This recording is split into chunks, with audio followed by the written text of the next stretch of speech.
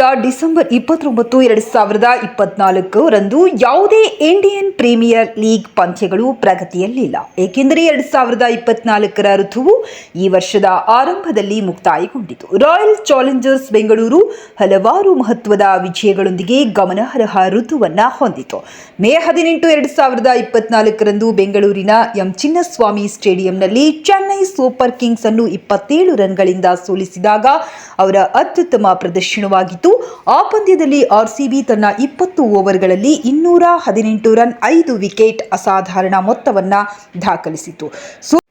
RCB May 9, 2024 ರಂದು Punjab Kings ವಿರುದ್ಧ 241 run, 7 wicket score ಮಾಡುವ ಮೂಲಕ ಮನಒಪ್ಪಿಸುವ ಜಯವನ್ನು ಗಳಿಸಿತು ಮತ್ತು 181 ರನ್ಗಳಿಗೆ ಎದುರಾಳಿಗಳನ್ನು ಬೌಲಿಂಗ್ ಮಾಡಿತು. ಇದರ ಪರಿಣಾಮವಾಗಿ 60 ರನ್ಗಳ ಜಯ ಸಾಧಿಸಿತು. ಈ ವಿಜಯಗಳು ಆರ್ಸಿಬಿಯ 2024 ಐಪಿಎಲ್ ಅಭಿಯಾನದ ಮುಖ್ಯಾಂಶಗಳಲ್ಲಿ ಸೇರಿವೆ.